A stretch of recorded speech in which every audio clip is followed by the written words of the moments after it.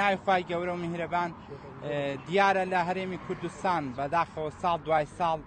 لە جێ ئەوەی مەودا و ڕێگە خۆش بکرێت بۆ ئازادی ڕادەربڕین ڕۆژ لە دوای ڕۆژ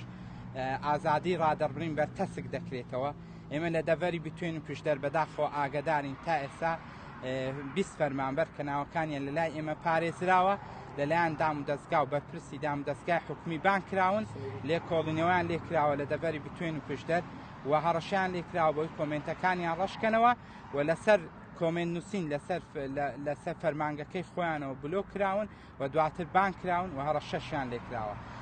مەودای ئازادی ڕادەربڕین زۆر بەتەست کراوەتەوە و هەر ئەمڕۆ ڕۆژنامە نووسێکمان لە دادگا بووە بەداخەوە لەجێ ئەوەی ڕۆژنامە نووسەکە بە یاسای ڕۆژنامەگەری ژمارە 35 ساڵ 2007 مامەڵەی لەگەڵ بکرێ کاتێک ئێمە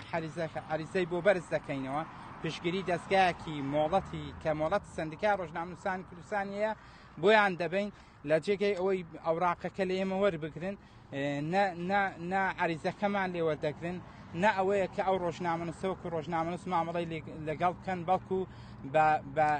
یاسای ژمارە 2 موبایل دایانەوەی لێکۆڵینەوەی لەگەڵ بکەن کە ئەمە بۆ خۆی خەرقی یاسایە پێویستە کە هەر ڕۆژنامەنووسێک کە لێکۆڵینەوەی لەگەڵ بکرێت پێشەوەی لێکۆڵینەوەی لەگەڵ بکرێت سندیکای ڕۆژنامەنووسانی کوردستان ئاگدار بکرێتەوە. من لێرە نووسینگەی سندیکای ڕۆژنامەنووسانی کوردستانی شم ئاگدار کردەوە وتیان بە هیچ شێوەیەک مەحکەمە ئاگداری ئێمە نەکردوێتەوە لە کاتێکدا پێشتر ئەمن 1 مانگ پێشتر ئەوراقم بردوتە قەڵەم پشگیری ئەو ڕۆژنامەنووسە کە ڕۆژنامەنووسە لە دەستگایەکی ڕاگەاندن دەستگای ستاندەر بردوومە ئەوێ وتومە ئەمە ڕۆژنامەنووسە بەڵام تەماشا دەکەین ڕێگە نادەین دۆسیەکەش ببینین بەداخۆ پێشێلکاریەکی زۆر گەورە بەرامبەر خەڵکی کوردستان دەکرێت بەرامبەر هاوڵاتیان بەرامبەر بە ڕۆژنامەنووسان و پێشێلکاری ئازادی ڕادەربڕین دەکرێت. هەر هاوڵاتێک بۆی هەیە کە چۆن مەحکەمەی داوای بینینی دۆسیەکەی خۆی بکە کەچی ڕێگە بە پارێزەر نادەن دۆسیەکەی خۆی ببینین. بەڵێ هیچیان گیراون هەمویان تۆمەتەکانیان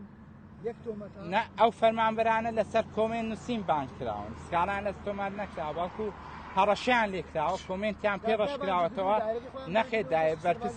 بەرپرسی دایرە بانگی کردوون و بەرپرسی سەربازیش بانگی کردوون کە ئەمە پێشێلکاری ئازادی ڕادەربڕین و جارنامەی جیهانی مافی مرۆڤی ساڵ 1990 و ساڵی 1948 هەروەها پێشێلکاریە بەرامبەر 7 ڕێککەوتنامە و دیباجەی نێودەوڵەتی کە باس لە ئازادی ڕادەربڕین دەکەن. بەڵام بەداخۆ لە هەرێمی کوردستان پێشێلکاری ئازادی ڕادەربڕین هەیە بەڵێ وعدێوان لێ وەرگراوە کە کۆمنتی وانە نووسنەوە و بەشێکیشیان کۆمنتیان پێڕەشکراوە بەڵێ بەشێکیان هەڕەشیان لێکراوە گە سزاش نەدرابن بەڵام خۆی ڕێگریکردن لە نووسین ڕێگریکردن لە ئازادی ڕادەربڕین ئەو خەرقێکی گەورەیە و ڕۆژنامەنووس بەڵێ ڕۆژنامەنووسمان هەیە ئێستا لە ڕێگەی لە جێگەی ئەوەی بە مادەی بە ژمارەی یاسای ژمارە 35 ساڵ 2007 ڕۆژنامەگەری مامەڵەی لەگەڵ بکرێ بە ژمارە 2 موبایل لێپێچینەوە لێکۆڵینەوەی لەگەڵ دەکرێت کە ئەمەش دووبارە خەرقی یاسایە. بەداخۆمە ئێمە هەست دەکەین ئەو پرسانە پرسی سیاسینە و بە سیاسی دەکرێن و دەبێ یان دادگاکانیش یانەوە بێ ئاگانە یانەوە تا دادگاکانیش بەداخەوە دادگاکانیش ئەوە شاریان نییە. هەمویان لە حیزبی سیاسیدان یاخود ئەو فەرمانبەرانە بەشێکیان هەر فەرمانبەری ئاساینە بەشێک تریش بەڵێ بیرکردنەوە لایەنی سیاسی تێدا.